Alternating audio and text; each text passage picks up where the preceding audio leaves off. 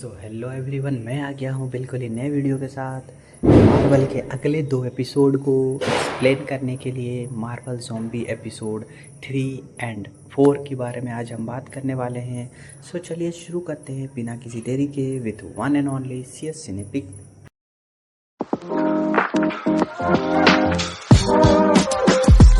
तो आज की वीडियो में हम एपिसोड 3 की बात कर रहे हैं। एपिसोड 3 की स्टार्ट होती है आज से 5 साल पहले, और वो भी बिल्कुल उस टाइम पे जिस टाइम पर Marvel of what if season 1 का ज़ॉम्बी वाला एपिसोड ख़त्म हुआ था। उस एपिसोड के एंड में हमने देखा था कि वहाँ पर ब्लैक पैंथर, स्पाइडरमैन और एंटमैन तीनों मिलकर वकांडा पहुँचने वाले होते हैं।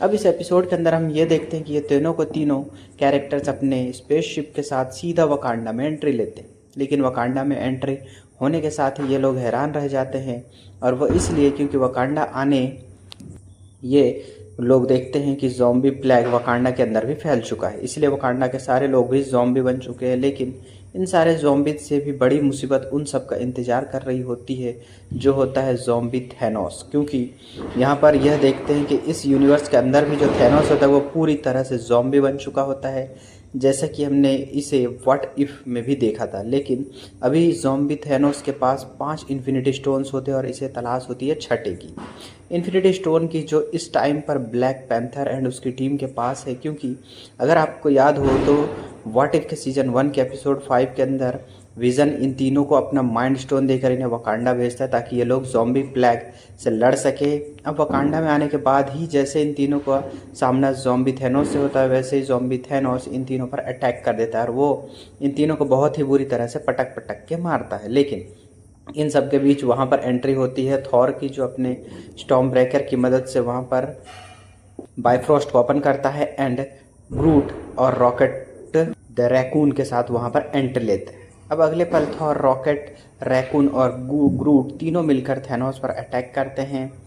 लेकिन थैनोस अपने इन्फिनिटी स्टोन से उन पर ऐसा अटैक करता है जैसे कि अटैक में रॉकेट, द ग्रूट और रैकून ख़त्म हो जाते हैं और थॉर भी बुरी तरह से इंजर्ड हो जाता है। एंड फिर इसके बाद हम यह देखते हैं कि ज़ॉम्बी थैनोस ब्लैक पैंथर के हाथों से माइंड स्टोन को भी छीन लेता है और वह उसे फिट कर लेता है अपने इन्फिनिटी आउटलेट के अंदर। अब इसके ठीक बाद ही थैनोस स्नैप करने जाता है, और याद हो आपको तो मार्वल के मेन यूनिवर्स के अंदर थैनोस स्नैप करता है तब इसका इरादा होता है कि वो आधे यूनिवर्स को मिटा दे। लेकिन अब क्योंकि वह वाला थैनोस ज़ॉम्बी थैनोस है, इसलिए हो सकता है ये आधे की जगह पूरे यूनिवर्स को ही मिटा दे।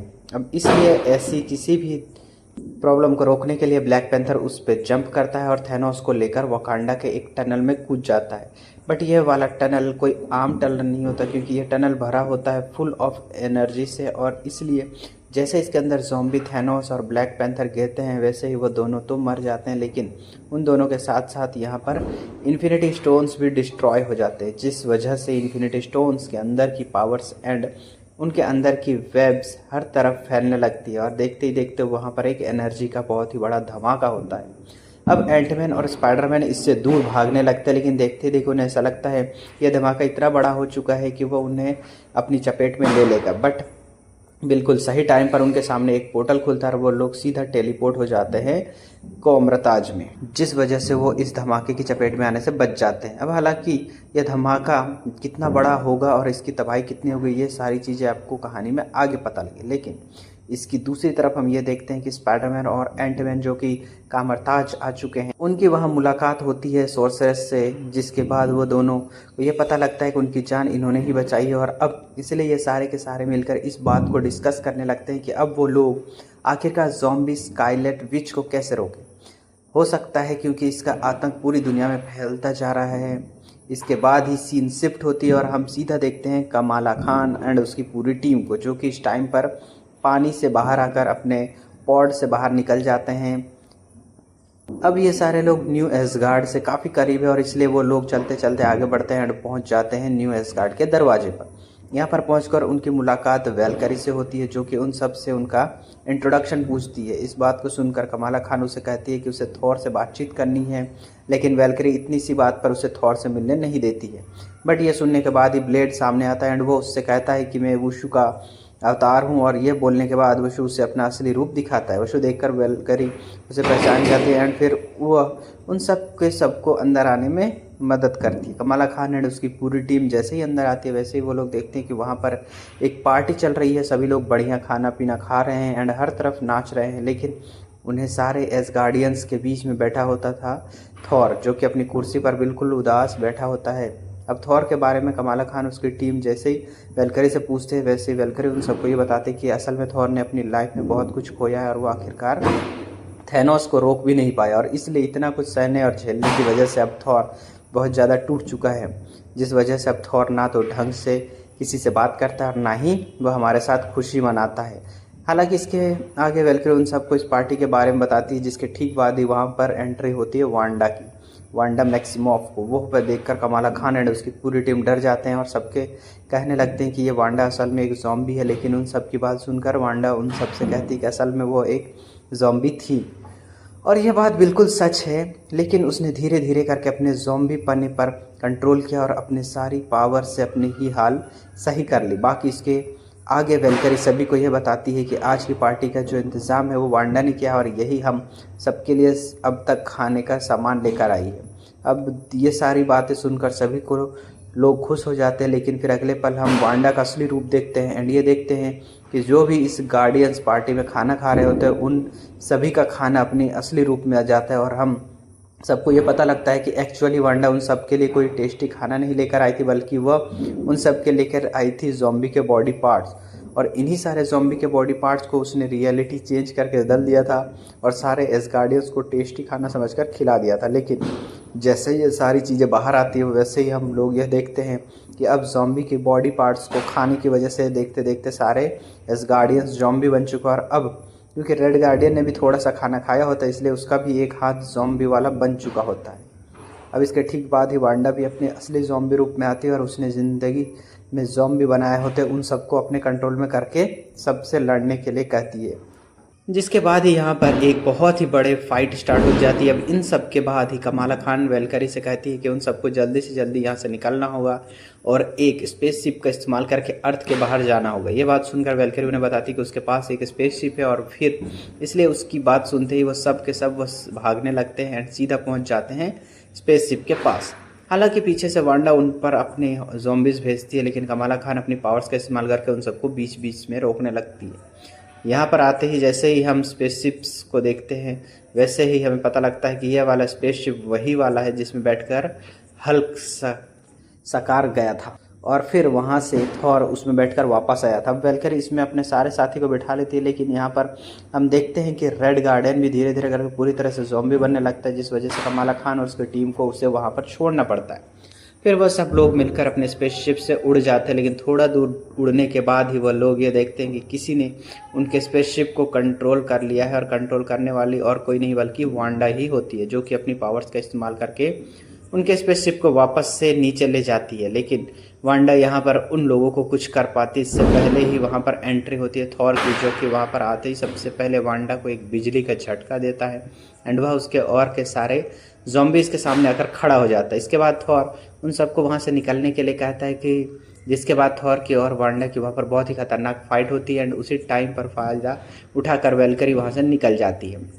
इसके बाद वेलकरी सारी टीम को लेकर सीधा स्पेस में पहुंचती है और इसके पास पहुंचने के बाद वो लोग जल्दी से ट्रांसमीटर का इस्तेमाल करते हैं और ट्रांसमीटर की मदद से सीधा नोवा कॉर्प्स को सिग्नल भेजते हैं। अब सिग्नल के जाने के बाद ही उन सबको मदद की उम्मीद होती है, लेकिन वो लोग ये देखते हैं कि सिग्नल भेजने के ठीक 2 सेकंड बाद ही वहाँ पर बहुत सारी लाइटें जलती हैं। उनके सामने खड़े होते हैं नोवा कॉर्प्स के बहुत सारे स्पेसशिप। उन सभी को देखकर कमाला खान और टीम के बाकी मेंबर्स काफ़ी खुश होते हैं, वो भी सोच कर कि नोवा कॉर्प्स उनकी मदद के लिए आ चुकी है। बट यह चीज़ वेलकरी को काफ़ी अजीब लगती है और वो भी इसलिए क्योंकि वेलकरी इस बात को जानती थी कि स्पेस में जब भी कोई किसी सिग्नल को भेजता है तो उससे सिग्नल में ट्रैकल करने के लिए कई दिन से लेकर कई हफ्ते भी लग जाते हैं और इसलिए सिग्नल भेजने के ठीक 2 सेकंड बाद इन सब का यहाँ पर पेश होना कुछ गड़बड़ वाली बात है। एंड फिर इसलिए वेलकरी इस बात को समझ जाती है कि नोवा कॉर्प्स यहाँ पर आए नहीं बल्कि वो लोग यहाँ पर पहले से मौजूद थे। अगले पल नोवा कॉर्प्स उनसे बात करते हैं और वो लोग उनसे कहते हैं कि हम जानते हैं कि तुम लोग अर्थ से आए हो और इसलिए हम लोग तुम्हें यहाँ आगे नहीं बढ़ने देंगे। असल में नोवा कॉर्प्स को ये पता चल चुका होता है कि पूरे अर्थ के अंदर ज़ॉम्बी प्लेग फैला हो चुका है और इसलिए उन सब से मिलकर अर्थ को क्वारंटाइन कर दिया होता है, यानी कि चारों तरफ से लॉक, जिसका मतलब ना तो अर्थ का कोई बंदा बाहर निकल सकता है, ना ही वह लोग बाहर के किसी आदमी को अर्थ में जाने देंगे, और वो भी इसलिए ताकि अर्थ में फैला हुआ ज़ॉम्बी प्लेग पूरे यूनिवर्स में ना फैल जाए।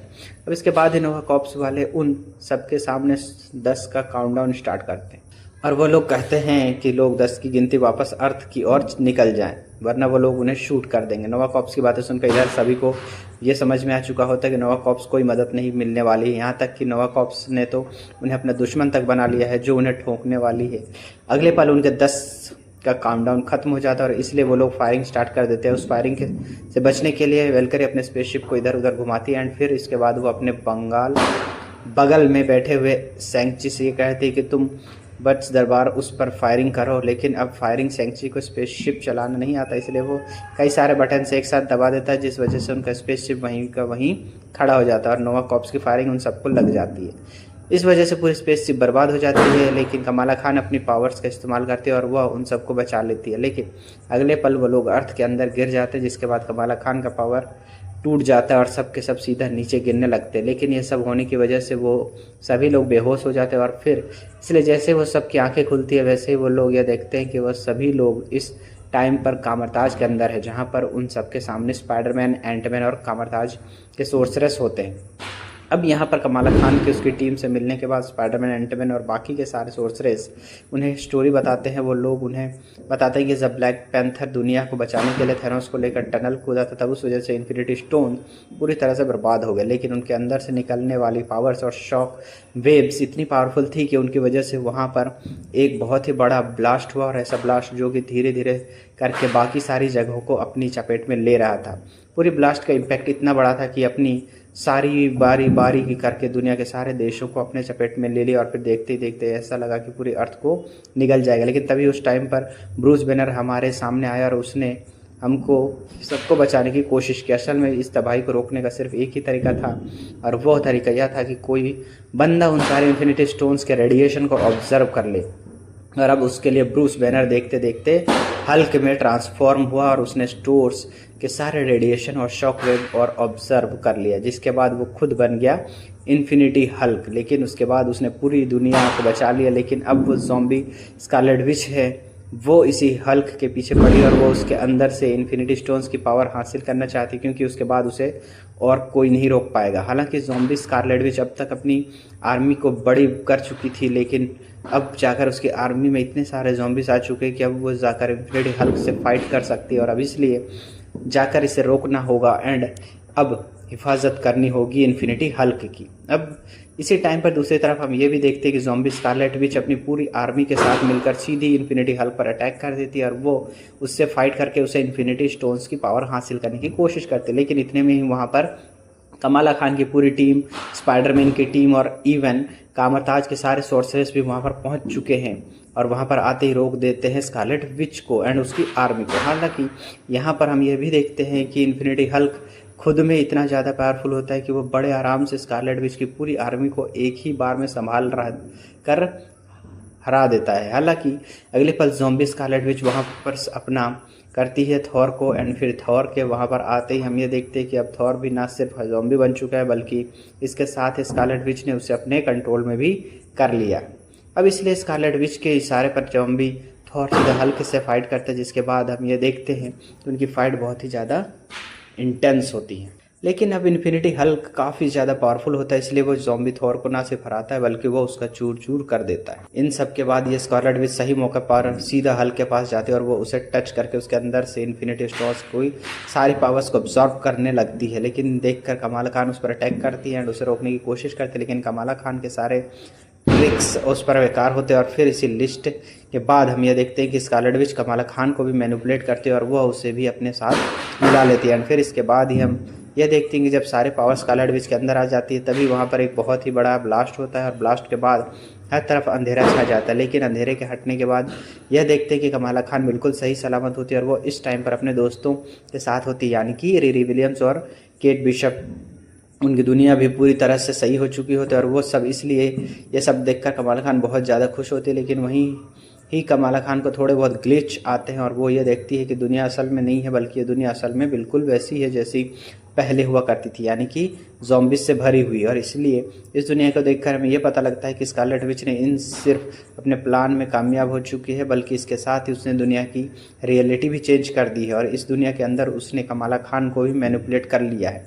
यहाँ पर एक कमाला खान को इस तरह से एहसास हो जाता है कि वो जिस दुनिया में रह रही है वो असल में एक झूठी दुनिया है। कमाला खान के ऐसा ही फील करने के साथ ही ये एपिसोड और मार्वल ज़ॉम्बी की पूरी सीरीज़ यहीं पर ख़त्म हो जाती है। बाकी हो सकता है कि इसके आगे की जो स्टोरीज़ है वो हम सभी को आगे चलकर MCU को दिखाई जाए। यही सब आज की वीडियो के अंदर था। तो ये पूरी सीरीज़ आपको कैसे लगी, मार्वल ज़ॉम्बीज़ की एपिसोड 1, 2, 3, 4 किस तरह से आप इस एपिसोड को एंजॉय किए, कमेंट सेक्शन में ज़रूर बताएं। तब तक के लिए बाय बाय।